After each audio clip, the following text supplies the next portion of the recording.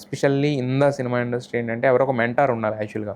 ఈ phase of లైఫ్లో నువ్వు చేస్తున్నవి కరెక్ట్, లేదంటే ఇలాంటి ఆపర్చునిటీస్ అక్కడ పలానా దగ్గర ఉన్నాయి, లేదంటే నేను ఒక ఆపర్చునిటీ ఇస్తే ఇలా ఉంటారు కదా యాక్చువల్గా. సో మీ లైఫ్లో ఆ మెంటార్ అంటే మెంటర్షిప్ ఎవరు? నాకు మెంటర్ అంటే పెద్ద వయసు వాళ్ళే ఉండాల్సిన అవసరం లేదు కదా, ఫ్రెండ్స్ ఎవరైనా ఉండొచ్చు. నాకు శాలిని చాలా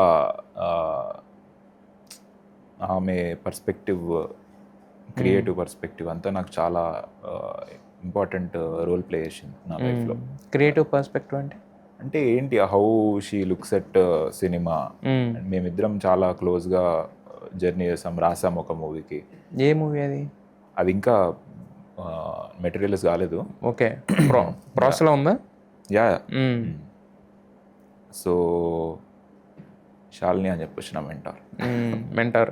క్రియేటివ్ పర్స్పెక్టివ్లో ఓకే, ఆమె ఎలా చూడాలి సినిమాని, ఏం చేస్తుంది, ఇది చెప్పడం ఇది ఓకే. బట్ కాకపోతే నేను అనేది నీ లైఫ్ ఇలా వెళ్తుంది ఇప్పుడు, ఈ స్టెప్ ఆఫ్ దీంట్లో ఇలాంటి సినిమా చేయాలి, లేదంటే ఈ స్టెప్ ఆఫ్ దీంట్లో నీ లైఫ్ని ఇలా ఫాలో అవ్వాలి, ఇలా మలుచుకోవాలని చెప్పే మెంటార్ ఎవరన్నా అనేది? యా, తనేనా?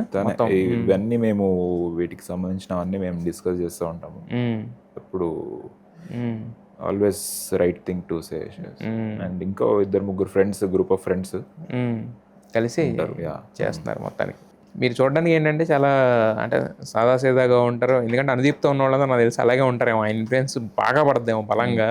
అసలు ఎక్కడ షో ఆఫ్లు కానీ ఇలాంటివి ఉండవు. జస్ట్ ఎక్కడన్నా సినిమా ఫంక్షన్లో కూడా ఇలా మడత పెట్టుకుని జస్ట్ నార్మల్గా చొక్కా వేసుకుని వెళ్ళిపోతూ ఉంటారు ఎవరో పక్క నుంచి అన్నట్టు తప్ప ఏం ఉండదు కదా. సో మరి రియల్ లైఫ్లో అంటే స్పిరిచువల్గా ఎలాంటి స్పిరిచువాలిటీ బాగా ఫాలో అవుతూ ఉంటారా, లేదంటే కనుక? యా, నేను స్పిరిచువల్ పర్సనే అండి.